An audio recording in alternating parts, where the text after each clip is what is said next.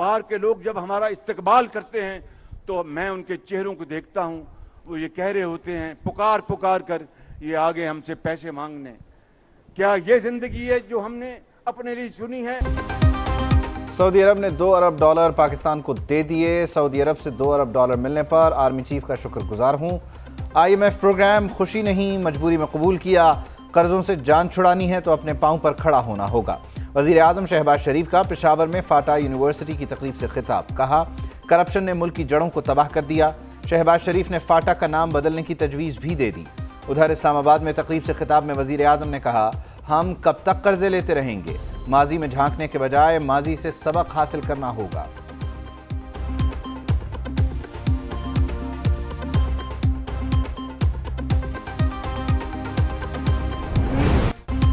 IMF Pakistan کے external financing plan پر رضامند۔ عالمی مالیاتی ادارے نے وزارت خزانہ کے بھیجے گئے $8.2 ارب کی فائنانسنگ گیپ کا پلان مان لیا۔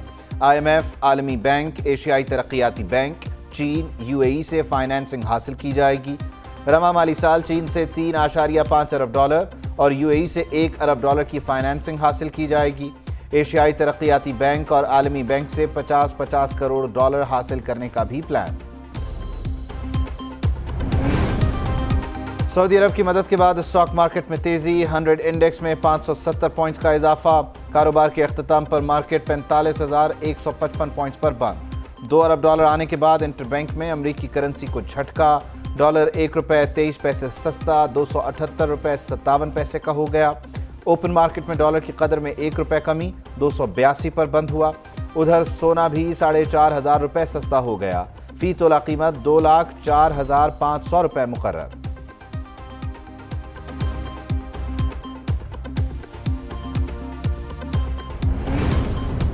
سعودی عرب پاکستان کے پیٹرولیم سیکٹر میں سرمایہ کاری کے لیے تیار، بلومبرگ نے تصدیق کر دی۔ پاکستان کی آئل ریفائنریز میں $4 سے $5 ارب کی سرمایہ کاری کا امکان، 3,50,000 بیرل یومیہ کروڈ آئل کی ریفائننگ کی جائے گی۔ PRL اپنے پلانٹ کو 2,50,000 بیرل تک اپ گریڈ کرنے کا منصوبہ بنا رہا ہے۔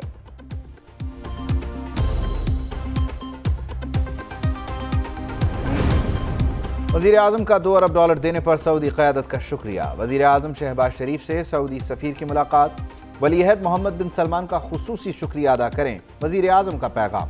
شہباز شریف نے سعودی سفیر کو خصوصی سرمایہ کاری سہولت کونسل کے قیام کے بارے میں آگاہ کیا۔ وزیر اعظم نے اعادہ کیا کہ پاکستان ولی عہد محمد بن سلمان کے دورے کا بے تابی سے منتظر ہے۔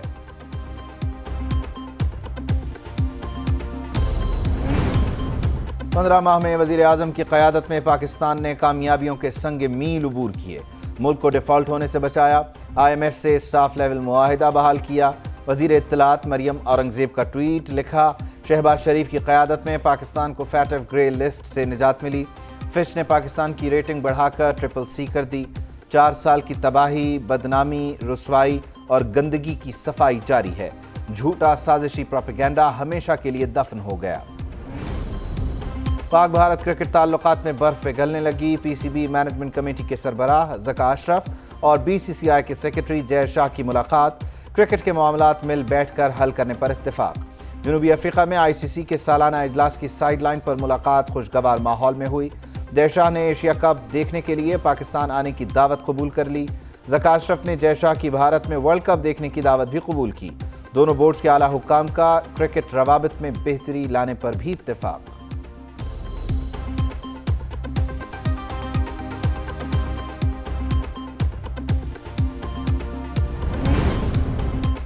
اسرائیل سانحہ 9 مئی کے حوالے سے اقوام متحدہ میں چلا گیا۔ اسرائیل نے UN میں کہا پاکستان میں سیاسی آزادی حاصل نہیں، سانحہ 9 مئی کے پیچھے کون تھا سامنے آ گیا، معاون خصوصی عطا تارڑ کا انکشاف۔ وفاقی وزیر سینیٹر شہری رحمان نے کہا فلسطینیوں کے قاتل چیئرمین PTI کی حمایت کر رہے ہیں، چیئرمین PTI اور اسرائیل اتحادی ہیں، ملک دشمن عناصر چیئرمین PTI کی حمایت کر رہے ہیں۔ IMF نے تحریک انصاف سے از خود رابطہ کیا، عالمی مالیاتی ادارے نے کہا آپ کی حمایت اس پروگرام کی منظوری کے لیے ضروری ہے۔